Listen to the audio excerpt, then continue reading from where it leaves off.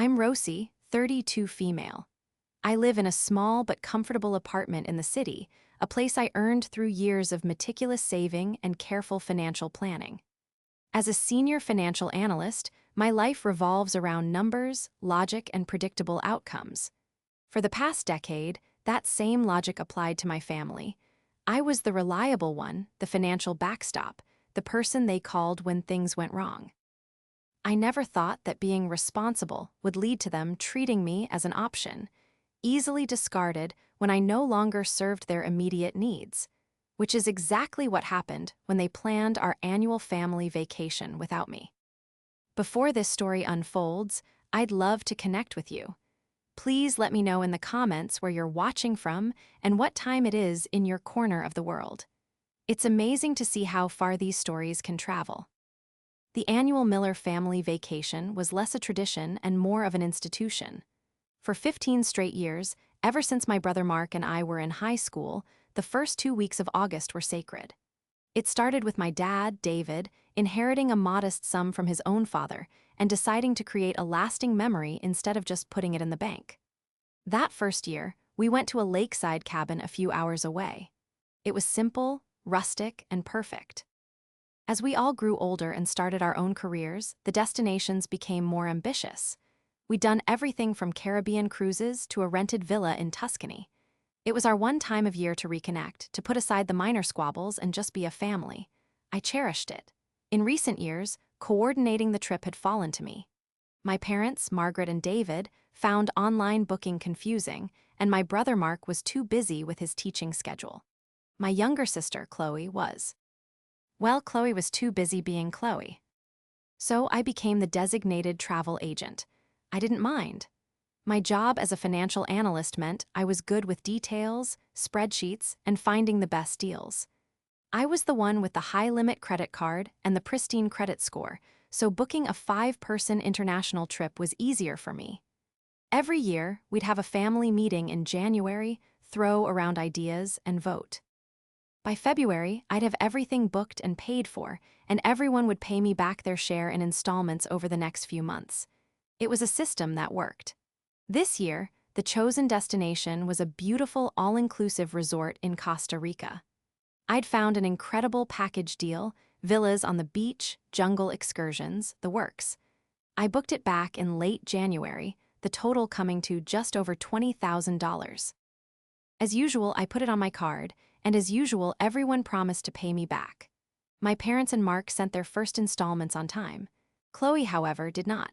This wasn't entirely unusual.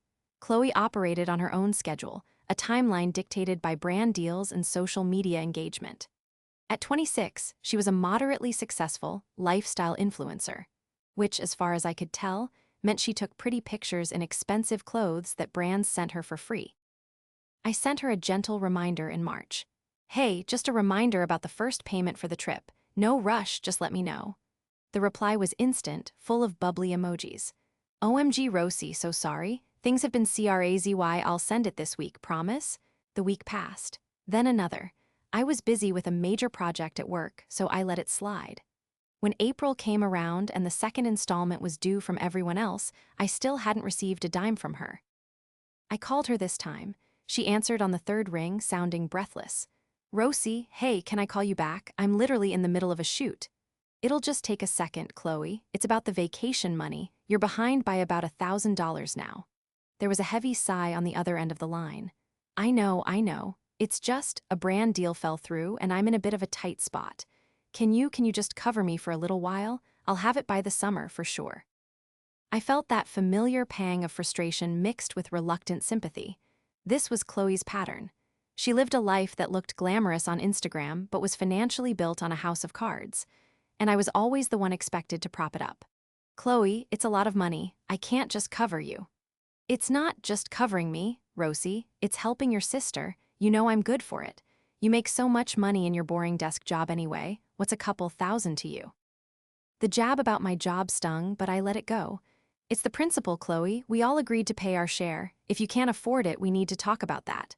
The line went quiet for a moment. Then her voice shifted, becoming pleading. Look, I have a huge deal coming through in June. It's a skincare line. The payout will be massive. I can pay you back then all at once. Plus extra for being so patient. PL. Ease, Rosie. Don't make me miss the family trip. You know how much it means to me. Against my better judgment, a part of me softened. The thought of her not being there felt wrong. The five of us, it was always the five of us. Fine, I said, my voice tight. You can pay me back in June. But Chloe, this is the last time. I'm not a bank. You are the best sister ever, she squealed. Thank you, thank you, thank you. I hung up the phone with a sense of dread. I knew I had made a mistake. June came and went. The big skincare deal was delayed, according to Chloe. Now she promised the money in July. I told her that was the absolute latest I could wait. The trip was in August. The conversation was tense, and she accused me of not being supportive of her career. The conversation escalated until she hung up on me. That's when my mom, Margaret, called. Rosie, honey, I heard you had a little tiff with your sister. My mother's tone was the one she always used when she was about to defend Chloe, sweet, gentle, and utterly dismissive of my feelings. Mom, she hasn't paid me a single dollar for a $4,000 trip. It's not a tiff. It's a serious issue. I know, dear, but you have to understand, her work is unpredictable. It's not like your stable 9 to 5.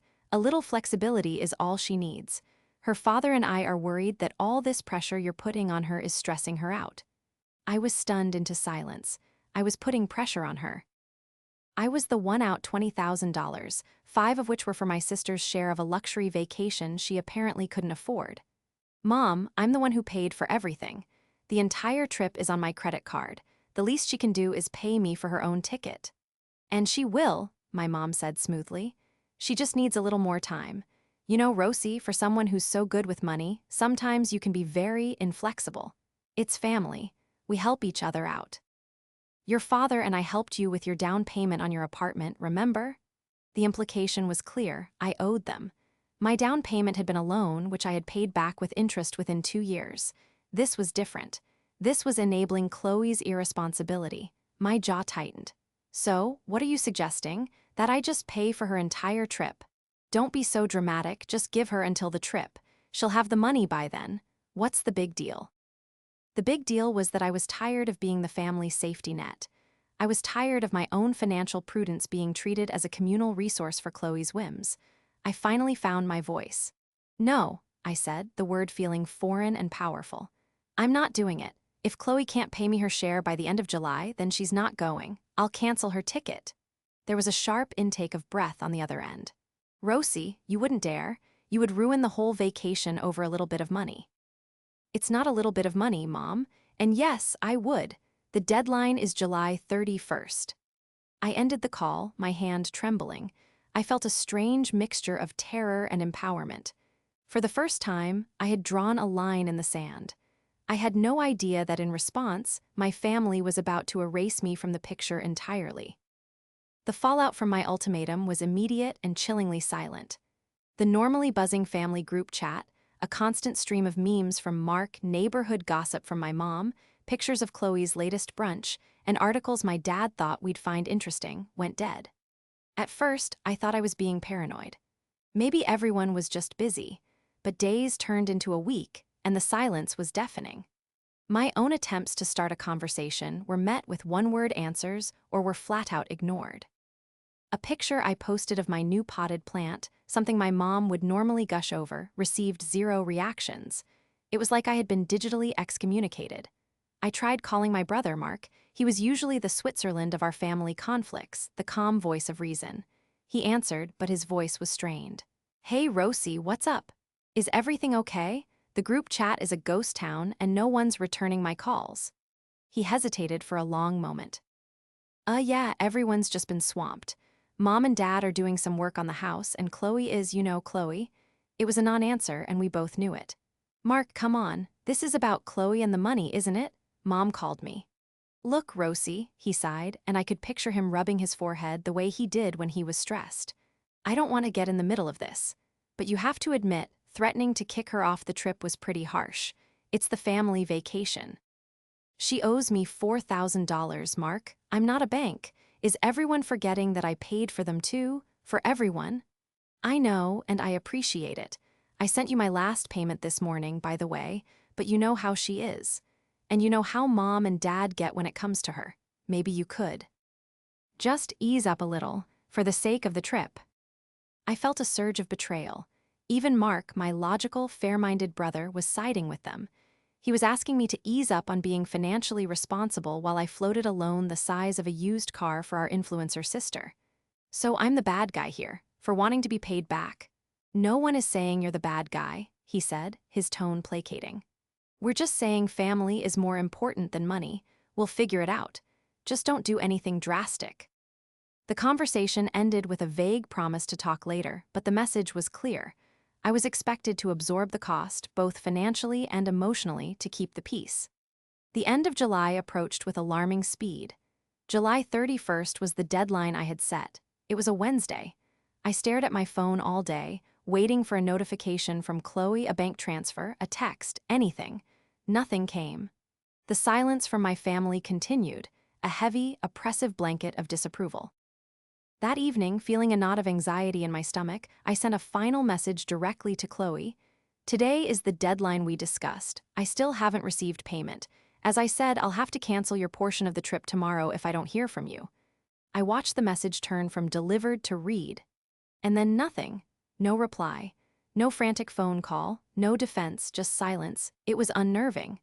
I expected a fight, a tantrum, a string of angry texts. The complete lack of response was more cutting than any insult. It felt like they had already decided my role in this drama, and I wasn't being given any more lines. The next day, August 1st, I logged into the travel portal. My cursor hovered over the Modify Booking button next to Chloe's name. My heart was pounding. Was I really going to do this? Ruin the family vacation? Mark's words echoed in my head. Family is more important than money. But was this family? A family that expected one member to carry the burden for another's irresponsibility and then ostracized them for asking for what was fair. A family that used emotional blackmail to manage its finances. I took a deep breath and clicked. A pop-up appeared. Are you sure you want to cancel this passenger? Cancellation fees will apply. The entire trip was non-refundable, but canceling one person would at least mean I wasn't paying for her food, drinks, and excursion fees at the resort. I would still be out the cost of her flight and her share of the villa, but it was the principle. I clicked Confirm. A red notification appeared. Passenger Chloe Miller has been removed from this booking. I felt a wave of nausea. I had actually done it. I half expected my phone to explode with incoming calls from my mother. But again, there was nothing. The silence was absolute. 2 more days passed. It was now the Friday before the trip, which was scheduled to begin the following Wednesday. Still nothing. The lack of communication was starting to feel deeply, profoundly wrong. They knew I was serious, I had followed through on my threat, and yet no one was yelling at me. No one was pleading with me to change my mind. Why? A cold, terrifying thought began to creep into my mind. What if they didn't need to plead? What if they already had a solution that didn't involve me at all? The family group chat remained silent. My text to my parents and Chloe went unread. Even Mark stopped responding. It felt like I was shouting into a void. I had been so focused on the fight with Chloe that I hadn't realized I wasn't just fighting her. I was fighting my entire family. And it was a fight I was beginning to suspect that I had already lost. I just didn't know how yet. The silence wasn't a punishment. It was a symptom of something else. It was the sound of a plan being executed without me. They weren't ignoring me because they were angry. They were ignoring me because they no longer needed me. The trip was happening, and the only question left was how they were managing it. The quiet that settled over my apartment that weekend was the loneliest I had ever known. The weekend was agonizing. Every buzz of my phone made my heart leap, but it was never them. It was work emails, notifications from friends, and promotional texts from stores I hadn't shopped at in years. The silence from my family was a deliberate, coordinated effort. By Sunday evening, my anxiety had morphed into a cold, hard knot of anger. They were going to Costa Rica in 3 days. How had Chloe paid for her ticket if I had canceled it? Did my parents cover for her? If so, why wouldn't they just tell me and send me the money? Why the complete radio silence? The whole situation felt off, like a puzzle with a crucial piece missing. The break came from the most unexpected of sources. My aunt, my mom's sister, Carol. Carol was a sweet woman, but she was famously scatterbrained and not particularly tech-savvy. She wasn't in the main family group chat because, in her words, all those e-notifications give me a headache. My mom usually communicated with her through individual texts or calls. Around 9 p.m. on Sunday, my phone lit up with a text from a number I didn't have saved, but was clearly a group message. It was from Aunt Carol. The text read, "Hi everyone, this is Carol. Margaret told me to text you all to coordinate a ride to the airport. My flight is at 10 a.m. on Wednesday, confirmation G7B3K9. So excited for our big family trip. Let me know what time we should leave. See you in Costa Rica, Zoxo." My blood ran cold. I stared at the message, reading it over and over. Our big family trip. See you in Costa Rica. And then I saw the list of recipients at the top of the message. My mom, my dad, Mark, Chloe, and me. My mom, in her haste to organize the extended family she had apparently invited, must have given Carol my number along with everyone else's.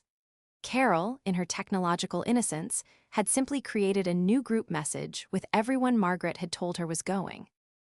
It was a mistake, a huge, sloppy, revealing mistake.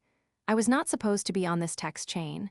This was my accidental invitation, the slip-up that confirmed my deepest fears.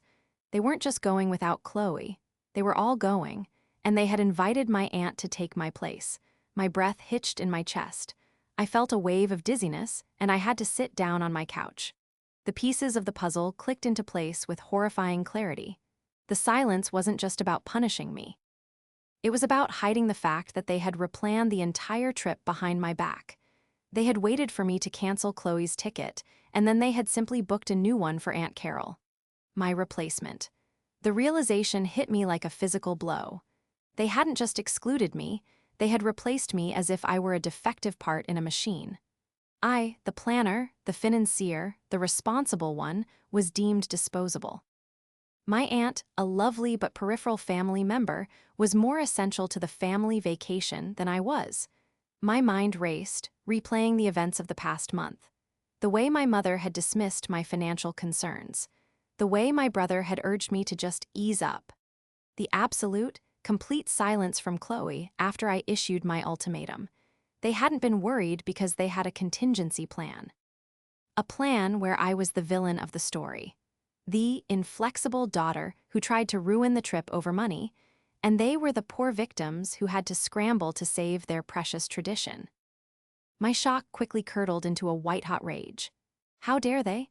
How dare they use me, my money, my credit, my time, and then discard me so callously?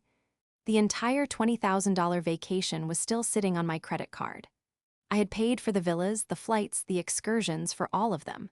For my parents, for my brother, for my replacement, and yes, even for Chloe, whose flight I had canceled but whose share of the accommodation I was still on the hook for. They had cooked up this little scheme, thinking I would just what? Never find out, or that when I did, I would be too hurt or too embarrassed to do anything about it. They had severely underestimated me. The hurt was there, a deep, aching chasm in my chest, but the anger was stronger. It was a cleansing fire. I looked at my phone, still displaying Aunt Carol's cheerful, oblivious text. They had made a mistake. A sloppy, arrogant mistake. And they had made it while using a booking that was still entirely under my control. For the first time in weeks, I felt a sense of clarity. The dread and anxiety vanished, replaced by a cold, sharp resolve. They thought I was a doormat, a utility, a bank account with legs. They were about to find out that a financial analyst knows exactly how to liquidate an asset, and their precious, perfect family vacation was my asset. I stood up from the couch and walked over to my laptop, my movements calm and deliberate. The silence in my apartment no longer felt lonely. It felt like the quiet before a storm. I opened the travel website, my fingers hovering over the keyboard. They had left the door wide open, and I was about to walk right through it. With Aunt Carol's accidental text as my starting point, I transitioned from a hurt daughter to a forensic accountant. My personal feelings were shoved into a box and locked away. This was now a data-driven investigation. The primary question was no longer just if they had betrayed me, but how they had orchestrated it so completely. The entire operation reeked of my mother's particular brand of passive-aggressive maneuvering, but the execution felt too coordinated for her alone. My first step was to revisit the booking portal. The trip was with a large, reputable travel company that specialized in all-inclusive packages. I had created the account years ago, and it was tied to my email address and my credit card. My family knew this, of course. They always sent me their passport information and let me handle the details. It was part of my job. I logged in, and my stomach clenched as I saw the booking details for the Miller family Costa Rica adventure. There were 5 passengers listed: David Miller, Margaret Miller, Mark Miller, Chloe Miller, and Carol Jenkins, my aunt. My name was nowhere to be seen. They hadn't just replaced me, they had erased me. I clicked on the Booking History tab. The log was a chronological story of their deception. I could see my original booking on January 28th for 5 people: my parents, my siblings, and me. I saw the charge to my credit card for the full amount. Then, I saw the modification I had made on August 1st at 1:15 p.m. Passenger Rosie Miller has canceled passenger Chloe Miller. So far, so good. That was my action. But then, just 2 hours later, at 3:45 p.m. on August 1st, a new entry appeared. Passenger Chloe Miller has been re-added to booking by account holder. My blood turned to ice. They hadn't booked a new ticket for Chloe. They had used my account to add her right back in. But how? They didn't have my password. Or did they? I thought back. Had I ever saved my passwords on the family's desktop computer? Maybe. It was possible. More likely, my mother had probably watched me log in a dozen times and simply memorized my keystrokes. Or perhaps Chloe, the social media native, had guessed it. My password wasn't exactly Fort Knox. It was a combination of my first pet's name and my childhood street address. Information they all knew. The log continued. The very next entry, dated August 2nd at 9:30 a.m., read, "Passenger Rosie Miller has been replaced by passenger Carol Jenkins. A change fee of $250 has been applied." They had swapped me out. The charge for the name change was also, I noted with a surge of fury, billed to my credit card on file. They had used my own money to erase me from my own vacation. The audacity was breathtaking. So Chloe was back in and I was out, replaced by Aunt Carol. This explained the coordinated silence. They were waiting for me to cancel Chloe's ticket, which would signal to them that I was serious. It was their green light. Once I did that, they logged into my account, re-added Chloe, and then swapped me out for my aunt, likely telling her that I had to back out due to a work emergency. That would be my mother's go-to lie: plausible, professional, and designed to make me look dedicated rather than victimized, thus preventing any awkward questions from Carol. My investigation turned to communication. I scrolled through my text history with my family, seeing the conversation drop-offs with new, cynical eyes. The last substantive text from my mom was the one where she called me inflexible. The last one from Mark was his weak plea for me to ease up. The last one from Chloe was her angry hang-up. After that, nothing. A wall of silence. I opened my email and searched for Chloe's name. We rarely emailed, but I remembered her sending me her passport photo for the booking. The email was from January. As I was about to close it, I noticed the signature at the bottom. It was her standard influencer sign-off. Chloe Miller Lifestyle and Travel, link to her Instagram, link to her YouTube channel. On a whim, I clicked the Instagram link. Her page was the usual curated fantasy of perfect lighting and carefree smiles. I scrolled through her recent posts. Brunch with friends, a new handbag, a scenic shot of the city skyline. Standard stuff. But then I clicked on her stories. Unlike posts, stories are temporary, casual glimpses, and that's where I found it. Buried in a series of clips from 6 days ago, the day after I canceled her ticket, was a short video.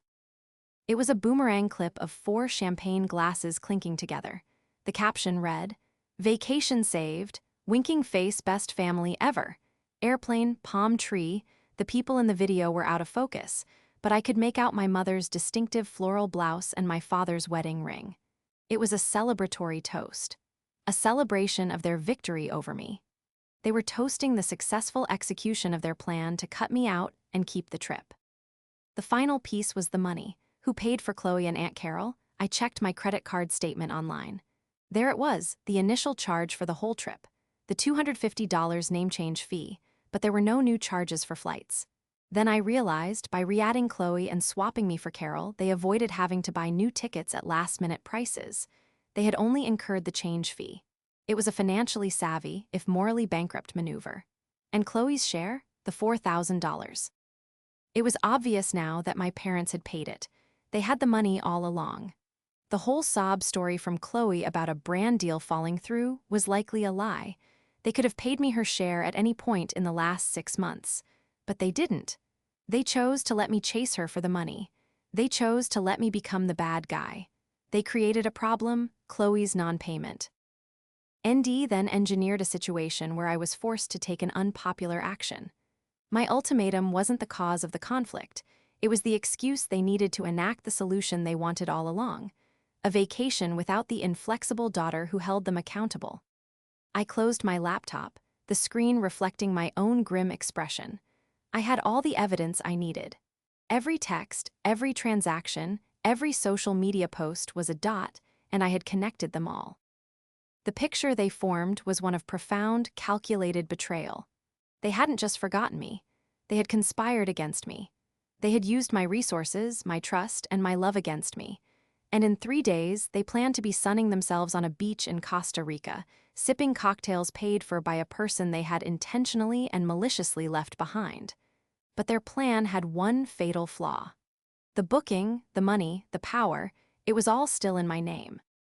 The anger I felt was a pure, cold element. It wasn't the hot, messy anger that leads to shouting matches and slammed doors. It was a quiet, methodical fury, the kind a person feels when they have been profoundly wronged and see the path to justice laid out before them. My family had treated this situation like a game of chess, and they thought they had me in checkmate. They saw me as a pawn to be sacrificed. They forgot that I was the one who owned the whole board. Monday morning, I woke up with a singular purpose. I made coffee, sat down at my desk, and opened my laptop. I didn't go to the travel website right away. First, I did my due diligence. As a financial analyst, I live by the rule, read the fine print. I spent a full hour combing through the travel company's terms and conditions, specifically the sections on cancellations and modifications.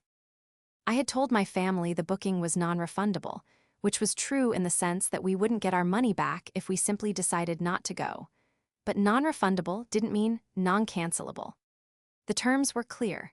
The primary account holder, the individual whose name and credit card were on the booking, retained full authority over the reservation until the moment of check-in. They could make any changes they wished, including outright cancellation. A cancellation wouldn't trigger a cash refund, but it would result in the issuance of a travel credit for the full value of the trip, minus a service fee. This credit would be issued to the account holder, me, and would be valid for 1 year. The gears in my mind were turning. So, I wouldn't lose the $20,000. I would simply be converting it into a voucher that only I could use. It was perfect. My family's plan hinged on the assumption that my only 2 options were to either let them go and swallow the loss of Chloe's share, or to continue fighting a battle I had already lost. They never considered a third option, mutually assured destruction. With the terms and conditions saved as a PDF on my desktop, I navigated back to the travel portal. I logged in, the familiar interface now feeling like the command center of my operation. There it was again, the Miller family Costa Rica adventure. 5 passengers, David, Margaret, Mark, Chloe, and Carol. 5 people who were, at that very moment, probably packing their swimsuits and sunscreen, completely oblivious. They were likely still congratulating themselves on how cleverly they had handled their Rossi problem. My mouse moved across the screen, my hand steady. I bypassed the modify booking option. There would be no more passenger swaps. I went straight for the big red button at the bottom of the page, the button that read Cancel Entire Booking. I clicked it. A large pop-up box filled the screen, a final warning. You are about to cancel your entire reservation for booking 794A3CR. This action is irreversible. All flights, accommodations, and excursions will be forfeited. As per the terms of your non-refundable booking, a travel credit for $19,750, $20,000 minus a $250 cancellation fee will be issued to the account holder, Rosie Miller. No cash refund will be provided. Do you wish to proceed? A slow smile spread across my face. It was even better than I thought. The $250 change fee they had charged to my card to swap me out was the exact same amount as the cancellation fee. Poetic justice. I took a screenshot of the confirmation pop-up, making sure the travel credit details were clearly visible. I saved it to my desktop, right next to the terms and conditions. Then, with a feeling of profound and final satisfaction, I clicked, Yes, cancel booking. The screen refreshed and a new page appeared. Your booking has been successfully canceled. A travel voucher has been emailed to you. We hope you'll travel with us again soon. I leaned back in my chair and took a deep, cleansing breath. It was done. In a single, silent click, their entire conspiracy had been vaporized. Their flights were gone. Their beachfront villas were gone. Our jungle excursions were gone. Their smug little victory toast was now just a bitter memory. The only thing left of their grand vacation was a $19,000 travel credit in my email inbox. For a moment, I considered my next move. Should I wait for them to find out at the airport? The image was tempting. My entire family, including my flustered aunt, standing at the check-in counter, being told their reservation didn't exist. It would be dramatic, cinematic even. But it was also cruel to my aunt, who was an innocent bystander in all of this. And more importantly, it wouldn't give me the satisfaction of seeing their faces when they realized I was the one who had pulled the plug. No, I needed to be the one to deliver the news. The final part of my plan wasn't just about cancellation, it was about confrontation. I needed them to know exactly who did this and exactly why. I decided to wait. Not until the airport, but until the perfect moment of maximum anticipation. I would let them pack their bags. I would let them set their alarms for their early morning drive to the airport. I would let them go to bed on Tuesday night, dreaming of sunshine and sandy beaches. And then, early Wednesday morning, just as they were about to walk out the door, I would detonate the bomb. I spent the rest of Monday and all of Tuesday in a state of calm resolve. I went to work, I went to the gym, I made dinner. But underneath it all, a countdown timer was ticking. They had played their game and won a battle, but I had just won the war, and I had the email receipt to prove it. Wednesday morning, the day of departure. My alarm went off at 5:00 a.m., but I was already awake. I had been staring at my ceiling for an hour, a strange sense of calm washing over me. This was it. According to Aunt Carol's text, they were planning on being at the airport for a 10:00 a.m. flight, which meant they were likely planning to leave the house around 6:30 a.m. to account for traffic and security. I gave it until 6:15 a.m. I wanted them to be fully awake, bags by the door, buzzing with the excitement of their getaway. I opened the old family group chat, the one that had been silent for weeks. It felt like unearthing a digital fossil. My thumbs moved deliberately as I typed out my message. I didn't want it to be an angry rant. I wanted it to be cold, factual, and utterly devastating. I attached the 2 files I had saved. The screenshot of the cancellation confirmation with the travel credit details and the PDF of the company's terms and conditions with the section on account holder authority highlighted in yellow. My message read, "Good morning, everyone. I assume you're all packed and ready for your big trip to Costa Rica. Before you leave, I wanted to clear up a few things. First, to answer the question you'll inevitably have at the airport, your booking was canceled. There are no flights, no villas, nothing. Please see the attached confirmation of this. Second, for clarification on how this was possible, please refer to the highlighted section of the attached terms and conditions. As the sole account holder and the person whose credit card was used for the entire $20,000 purchase, I retained full control over the booking. Finally, I know you re-added Chloe and swapped me for Aunt Carol after I canceled Chloe's ticket. I know you used my account to do it. I know you celebrated saving the vacation. You did all this while leaving me on the hook for the entire cost. You seem to have forgotten the most important rule. The person who pays for everything is the one who makes the final decision.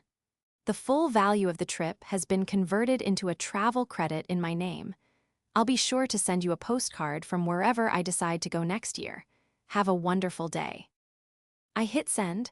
The message landed in the silent group chat with the force of a meteor. I imagined 5 phones buzzing simultaneously in my parents' house, my brother's apartment, and my sister's condo. The delivered receipts popped up almost instantly.